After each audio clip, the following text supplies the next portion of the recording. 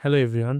তো আগের লেকচারে আমরা দেখছিলাম যে আমরা কিভাবে ইফ এবং এলস ইউজ করতে পারি সি প্রোগ্রামিং এ। তো আজকের লেকচারে আমরা দেখব যে আমরা কিভাবে নেস্টেড ইফ এলস ইউজ করতে পারি। তো এর জন্য আমি একটা এজ এর কোড লিখব, কোড লিখে বুঝাবো। এখন দেখো নেস্টেড ইফ এলসটা কি এক লাইনে বলি। ধরো ইফের ভিতরে মানে কন্ডিশনের ভিতরেই কন্ডিশন চেক করবে। মনে করো ইফ দিয়ে একটা কন্ডিশন বলা থাকলো, যদি ওটা ট্রু হয় ভিতরে যাবে, ভিতরে যে আবার ইফের একটা কন্ডিশন থাকবে ওটাও চেক করবে। তো আমি যখন কোড লিখবো জিনিসটা ক্লিয়ার হবে। তো দেখো আমরা প্রথমে আমি তো বললাম একটা এজের কোড লিখবো। তো আসো শুরু করি।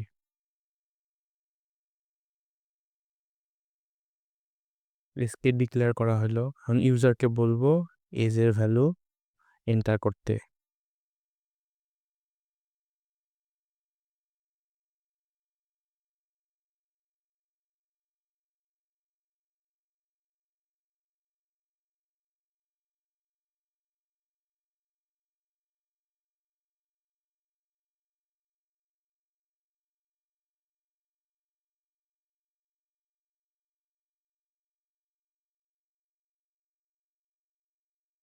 তো দেখো এখন এইটুকুর মাধ্যমে ও তো এজের ভ্যালু এন্টার নিবে। এখন আমাদের আসল কাজ শুরু। আমি একটা স্পেস দিলাম যাতে বুঝতে সুবিধা হয়। এখন দেখো ইফ ইফ আমি এখানে একটা কন্ডিশন লিখবো, যদি age greater than or equal 0 হয়, যদি এজের মানটা 0 অথবা 0-র চেয়ে বড় হয়, তাহলে ও কিছু একটা কাজ করবে। যদি 0 এবং 0-র চেয়ে বড় না হয়, তখন এলস ও বলবে যে ইনভ্যালিড এজ, অথবা ডাইরেক্ট বলতে age can not be negative.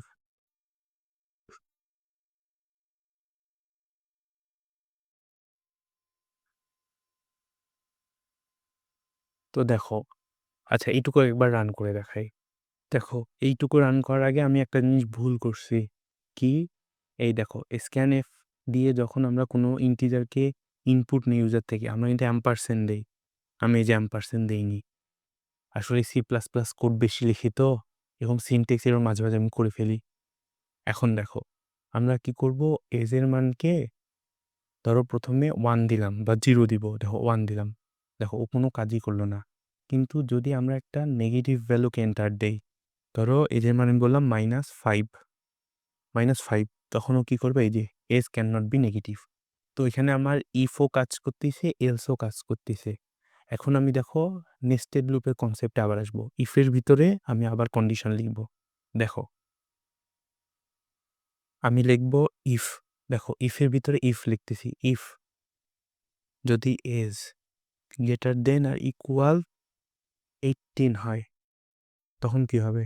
দেখো তখন বলবো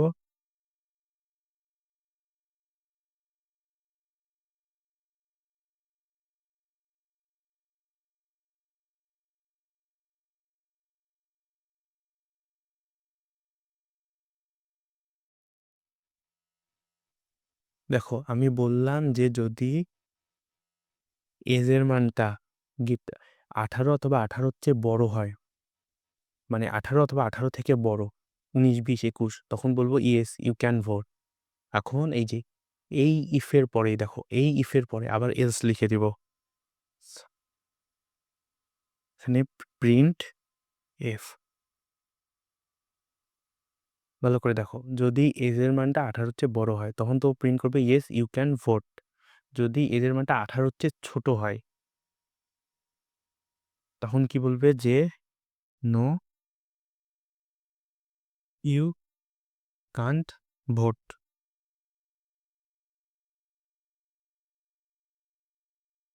এখন দেখো এখানে কি হচ্ছে আগে বলি, তারপর আমি আবার আউটপুটটা দেখাবো।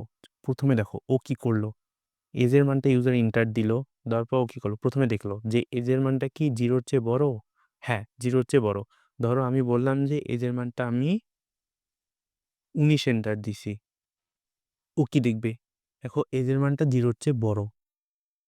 ঠিক আছে, ও এই ইফের, এই যে এই ইফের ভিতরে প্রবেশ করলো, এইটুকুর ভিতরে প্রবেশ করলো।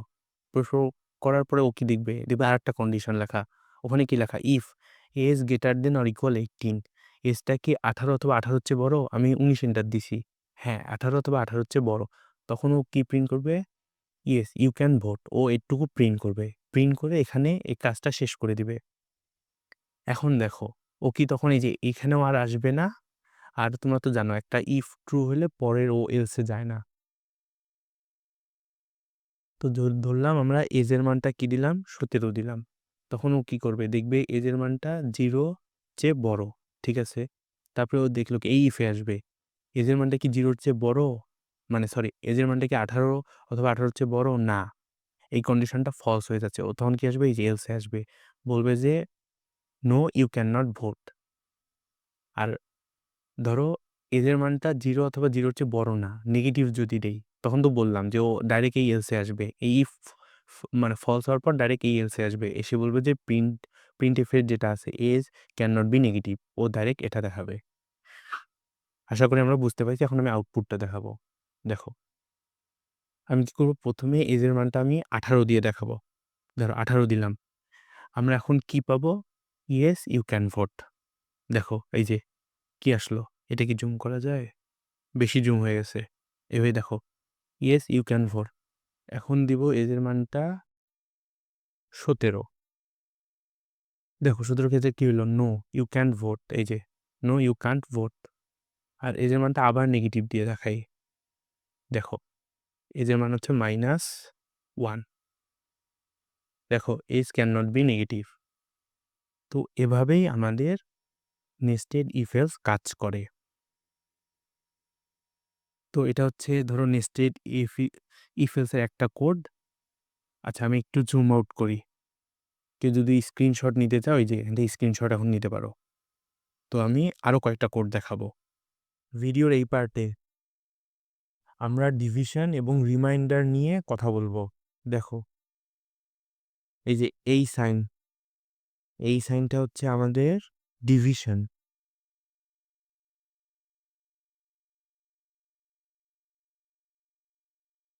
ইংলিশে লিখলাম কারণ ইংলিশ ভার্সনে যদি কেউ দেখে, এটা হচ্ছে আমাদের ভাগফল। এটা হচ্ছে আমাদের ভাগফল। আর এই যে এই সাইনটা, এটা হচ্ছে আমাদের রিমাইন্ডার,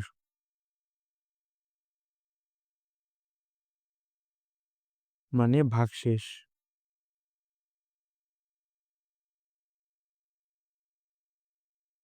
তাহলে অবশ্য বাংলা অনেকদিন লিখি না, তো লেখার অবস্থা খুব খারাপ। তো আমরা বুঝলাম যে ভাগফল এবং ভাগশেষ কোনটা। তো দেখো কোডিংয়ের ক্ষেত্রে এটা জানা খুবই ইম্পর্টেন্ট।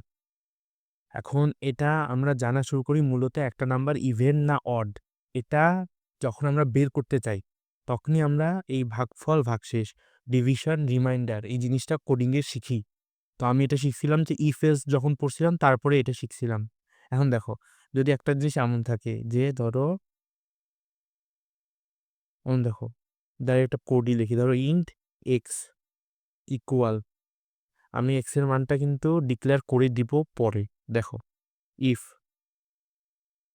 এক্স বাই 2 ইকুয়াল 0, এটা ধরো একটা কন্ডিশন। আবার দেখো ইফ এক্স %2 কি বললাম? রিমাইন্ডার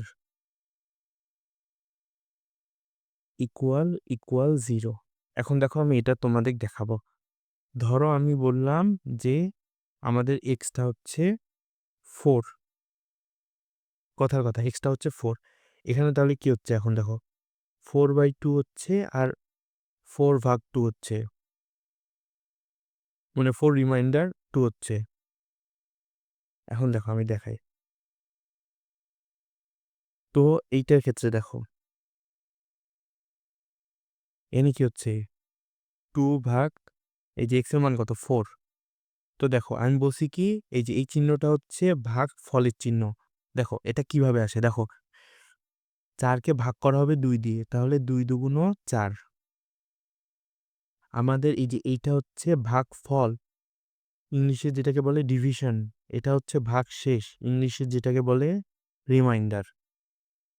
তো আমাদের যদি লেখা থাকে x/2, মানে ধরো 4/2 এভাবে লেখা থাকে, তো এটার অ্যান্সার কত আসবে? এই যে এটা অ্যান্সার আসবে, মানে অ্যান্সার আসবে বলতে কি এটা মানে বোঝাচ্ছে 2। এখানে কন্ডিশনটা চেক করবে ও 2 ইকুয়াল 0 কিনা। কথার কথা, কথার কথা। এটা আমি এমনি বোঝানোর জন্য লিখছি। এখন দেখো, আবার নিচেরটা দেখো। এখানে কি হচ্ছে? এখানেও বলছি আমি x এর মান 4, তো 4/2। এখানে দেখো 2 দুগুণ 4 হয়। এখানে ভাগফল তো 2, কিন্তু এখানে আমরা দেখো ভাগশেষ চিহ্ন দিছি, তো আমরা ভাগশেষটা এখানে কাউন্ট করব। এখানে আমাদের ভাগশেষ কত? 0। দেখো, কোনো সংখ্যাকে কোনো সংখ্যা দিয়ে ভাগ করলে, দেখো একটা জোড় সংখ্যা দিয়ে কোনো কিছুকে ভাগ করলে যদি ভাগশেষ 0 আসে, তোমরা জানো ওটা একটা জোড় সংখ্যা। তো দেখো এখানে কি হচ্ছে, এখানে 2/2 আমার ইকুয়াল 0 আসতেছে, মানে আমার এখানে দেখো 2 লজিক্যালি লজিক্যালি 0 ইকুয়াল 0 আসতেছে। তো এইটা হচ্ছে আমার একটা একটা জোড় সংখ্যা, মানে ইভেন সংখ্যা। তো এই যে আমরা ইভেন সংখ্যা এভাবে চেক করি, যে ধরো এক্স এক্স যে কোনো একটা সংখ্যা এক্স রিমাইন্ডার 2 ইকুয়াল যদি 0 হয়, ইফের মধ্যে যদি এটা ট্রু হয় তখন আমরা প্রিন্ট করে দেই যে এটা একটা ইভেন সংখ্যা। আর যদি এলস হয় তখন আমরা বলে দেই যে এলস অড।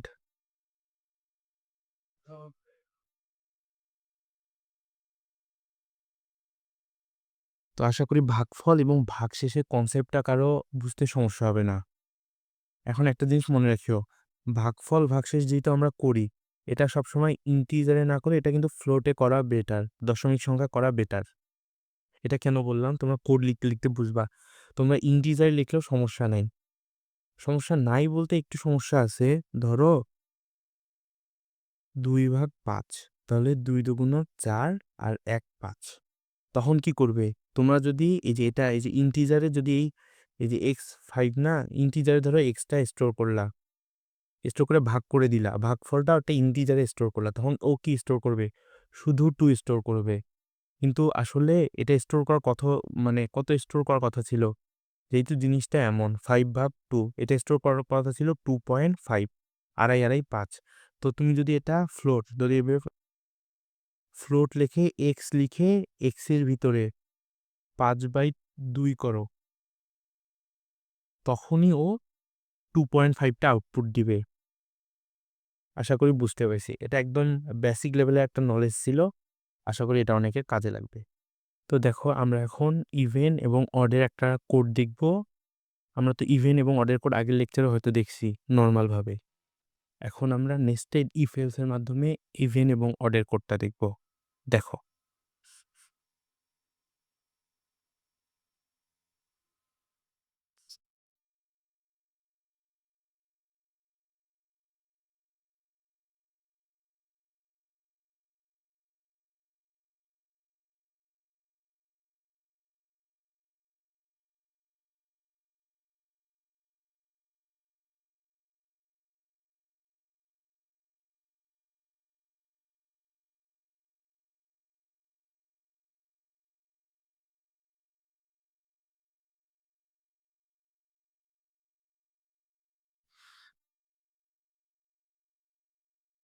তো আমি একটু আগে বললাম জোড় এবং বিজোড় এটা আমরা কিভাবে করি, একটু আগে যে দেখাইলাম। নাম্বারকে 2 দিয়ে ভাগ দিলে যদি ভাগশেষ 0 হয় তখন হচ্ছে সেই নাম্বারটা জোড়, অন্যথায় নাম্বারটা হচ্ছে বিজোড়। জোড়কে ইংলিশে বলে ইভেন আর বিজোড়কে ইংলিশে বলে অড। তো এখন থেকে আমি ইভেন এবং অড বলবো। তো আমাদের এই যে নাম ভাগশেষ 2 ইকুয়াল যদি 0 হয় তাহলে আমাদের নাম্বারটা কি? ইভেন। নাম্বারটা হবে ইভেন। এখানে যে যদি এই কন্ডিশনটা ট্রু হয় নাম্বারটা আসবে ইভেন। এলস দেখো, এলস নাম্বারটা কি হবে? নাম্বারটা হবে হচ্ছে অড। আমরা এখন শুধু দেখার পারপাজে, বোঝার পারপাজে আমরা এখানে একটা জিনিস করি, দেখা প্রিন্টএফ। তাও মানতো এবং না হয় আয়ারল্যান্ডে।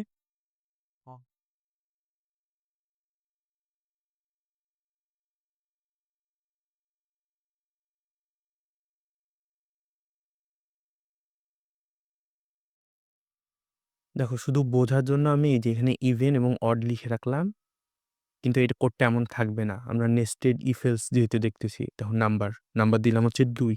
২ হচ্ছে একটা জোড় সংখ্যা। তো আসবে কি? ইভেন। এই যে ইভেন। এখন যদি আমরা ৩ দেই, অড আসবে। আমরা যদি 0 দেই, 0 দিলে কি হবে? আমাদের কিন্তু কন্ডিশন বলা নাই। 0 দিয়ে দেখো। হ্যাঁ, 0 দিলে ইভেন আসবে। কেন? চিন্তা করে দেখো। আমি এটা বলব না। এখন দেখো, আমরা এই প্রিন্টএফ ২ টা সরাবো। কারণ আবার আমাদের নেস্টেড লুপ নিয়ে কাজ করব। তো আমরা জানি যে ২ দিয়ে ভাগ হলে নাম্বারটা কি হয়? জোড় সংখ্যা হয়, ইভেন। এখন দেখো, আমরা ইফের ভিতরেও ইফ লিখব। ইফ যদি নাম্বারটা যদি দেখো গ্রেটার দেন 0 হয়, তখন আমি তো বলছিলাম যে ইফের পাশেও আমরা লিখে দিতে পারি ব্র্যাকেট না ইউজ করে, যদি একটাই কন্ডিশন লিখি। এটাও শিখো। দেখো, আমি কিন্তু এই দেখো কার্লি ব্রেসেস যেটা সেকেন্ড ব্র্যাকেট বলে, আমি এটা দিলাম না। দেখো নাম্বারটা কি 0-র চেয়ে বড়, তাহলে নাম্বারটা কি হবে? Positive even number.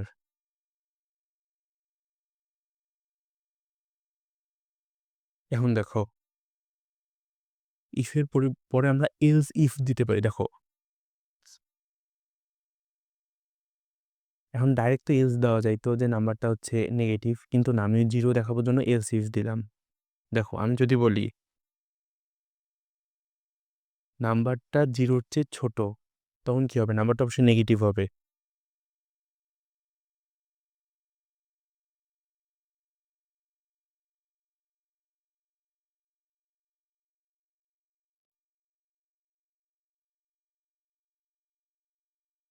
Negative even number. এখন দেখো, ইফ লিখলাম, এলস ইফ লিখলাম। এখন এলস লিখবো। এলসে কি লিখবো? এখন দেখো, এটা যদি ট্রু না হয়, এটাও যদি ট্রু না হয়, তো এটা তো অবশ্যই ট্রু। যারা ইফ এলস এর ভিডিও দেখছো তারা জানো। আমি কি বলবো? The number is negative.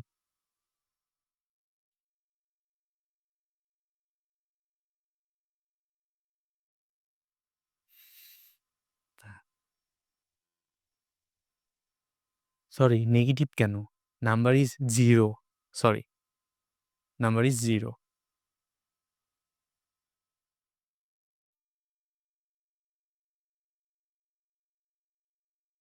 তো দেখো, এই যে যখন নাম্বারটা হচ্ছে ইভেন নাম্বার, তখন এই কাজটা হলো। এই সেম কাজটা আমরা অডের ক্ষেত্রে এখন করব। আমরা এই পার্টটা কপি করে নিই।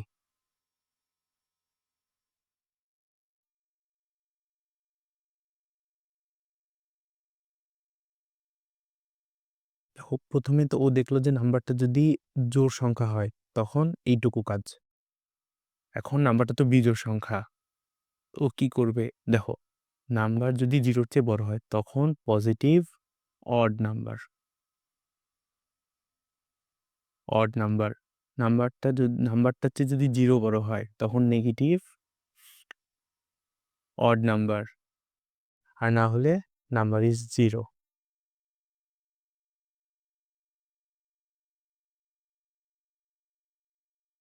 এখন দেখো, আমরা কোডটা আগে রান করি। আচ্ছা, আর একটু ব্যাখ্যা করি। আর একবার লাস্ট, কেউ যদি না বুঝে থাকো, দেখো, প্রথমে যদি আমরা যদি নাম্বারটা 2 দেই, ও কি দেখবে? দেখো, প্রথমে এটা চেক করবে। নাম এই এই এইটুকু এখানে আসবে। প্রথমে ইফ কন্ডিশনটা চেক করবে, দেখবে যে নাম্বারটা কি জোড়। তো নাম্বার ভাগ 2 ইকুয়াল 0, এটা হচ্ছে ভাগশেষ। তো নাম্বার, এটা কিন্তু ভাগফল না, ভাগশেষ। তো ও দেখলো কি ভাগশেষটা 2 আসে। ও কি করবে? তখন এখানে আসলো, এখানে আসে এই 3টা কন্ডিশন চেক করবে। ও প্রথমে চেক করছে কি নাম্বারটা কি 0-র চেয়ে বড়? হ্যাঁ, বড়। তো positive number, positive even number, মানে পজিটিভ জোন নাম্বার। যদি 0-র চেয়ে ছোট হয়, যদি মাইনাস মানে 0 চেয়ে ছোট হইতো -2 দিতাম। ও বলতো নেগেটিভ ইভেন নাম্বার। আর 0 দিলে তো ডাইরেক্ট বলবে 0ই।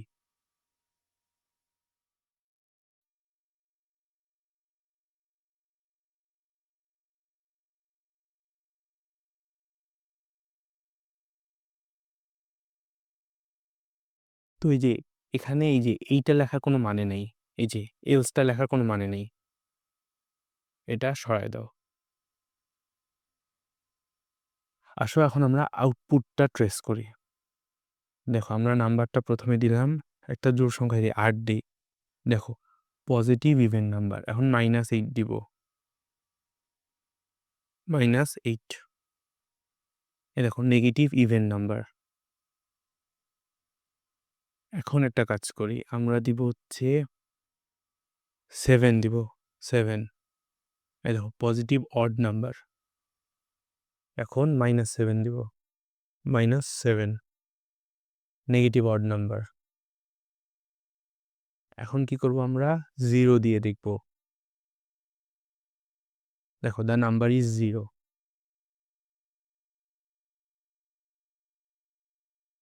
এখন এখানে এটা কেন ট্রু হচ্ছে দেখো।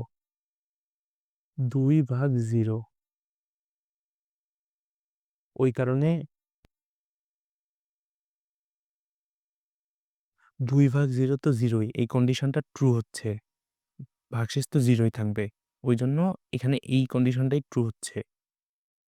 এখানে নিচে আরেকবার এলস এর মাধ্যমে নাম্বার ইস 0 লেখার কোনো মানে ছিল না। ওইজন্য ওটা সরাই দিছি। তো আশা করি নেস্টেড ইফ এলস কিভাবে কাজ করে আমরা বুঝতে পারছি। আচ্ছা, ভিডিও টিউটোরিয়াল তো দেখলা, নেস্টেড ইফ এলস শিখলা। এখন নিজে প্র্যাকটিস করা দরকার। তো দেখো এই যে এটা একটা কোশ্চেন। তোমরা এটা নিজে প্র্যাকটিস করবা। এটা হচ্ছে ১ম কোশ্চেন। আমি এটার অ্যান্সার ভিডিওর শেষে দেখাই দিব। কারণ এটার অ্যান্সার ChatGPT দিলে একভাবে দিবে। আর আমার মতো অ্যান্সারটা অন্যভাবে হইতে পারে ওইজন্য। তো এটা হচ্ছে একটা কোশ্চেন। তোমরা এটা নিজে ট্রাই করার চেষ্টা করবা। ভিডিওটা পজ করে এটা ট্রাই করার চেষ্টা করো। এটা করার পরে দেখো, এটা হচ্ছে আরেকটা কোশ্চেন। এই ২ টাই সেম লেভেলেরই কোশ্চেন। এটাও করার ট্রাই করো। ভিডিওটা পজ করো। এই ২ টা কোশ্চেন একের পর এক করার ট্রাই করো। এখন দেখো ১ম যে কোশ্চেনটা ছিল সেটার অ্যান্সার হচ্ছে এটা।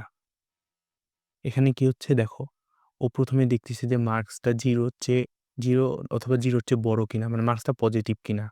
যদি মার্কসটা পজিটিভ না হয় ও ডাইরেক্ট বলে দিবে যে মার্কসটা হচ্ছে নেগেটিভ। আর যদি মার্কসটা পজিটিভ হয় তখন এই ইফ এর ভিতরে ঢুকবে, ঢুকে এভাবে ও গ্রেডটা প্রিন্ট করবে। এইটুকু তোমরা বুঝে নিবা। তো এই যে কোশ্চেনটা থাকলো, মানে কোশ্চেনের অ্যান্সারটা দেওয়া থাকলো, তোমরা তোমাদের সাথে মিলায় নাও। এখন দেখো এটা হচ্ছে ২ নাম্বার কোশ্চেনের অ্যান্সারটা। তো ওখানে কি বলছিল? রেঞ্জ, নাম্বারের রেঞ্জ। ও কি দেখলো? দেখো ১ম এ ও দেখলো নাম্বারটা 0 অথবা 0 এর চেয়ে বড়। ঠিক আছে? তারপরে নাম্বারটা যদি 0 অথবা 0 এর চেয়ে বড় হয়, তখন তো এই কন্ডিশনে যাবে। এই ইফ এর ভিতরে ঢুকবে। আর যদি নেগেটিভ হয়, ও ডাইরেক্ট বলে দিবে নাম্বারটা হচ্ছে নেগেটিভ। যেমন ধরো ও দেখলো যে নাম্বারটা 0 অথবা 0 এর চেয়ে বড়। এখন কি করলো? ও ঢুকলো নাম্বার = 0। নাম্বারটা যদি 0 হয়, ও বলে দিল নাম্বার ইস 0। তারপরে যদি এটা ফলস হয়, তখন এলস ইফ এ আসবে। এখন দেখবে যে নাম্বারটা ১ থেকে ১০ এর মধ্যে কিনা। তো number greater than or equal 10। তখন বলবে যে নাম্বারটা ১ থেকে ১০ এর মধ্যে। যদি ১ থেকে ১০ এর মধ্যে না হয়, তখন বলবে যে নাম্বারটা ১০ এর চেয়ে বড়। তো এই ২ টা কোশ্চেন এবং কোশ্চেনের অ্যান্সার দেওয়া থাকলো। তোমরা ১ম এ কোশ্চেনটা প্র্যাকটিস যারা করছো, তারা ১ম এ কোশ্চেনটা প্র্যাকটিস করবা, তারপরে এটার অ্যান্সার দেখবা। আশা করি এই ২ টা প্র্যাকটিস এবং আমার ওই যে ২ টা সলিউশন করে দিলাম, ওই ২ টার মাধ্যমে আমাদের নেস্টেড ইফ এলস পুরোপুরি ক্লিয়ার হয়ে যাবে।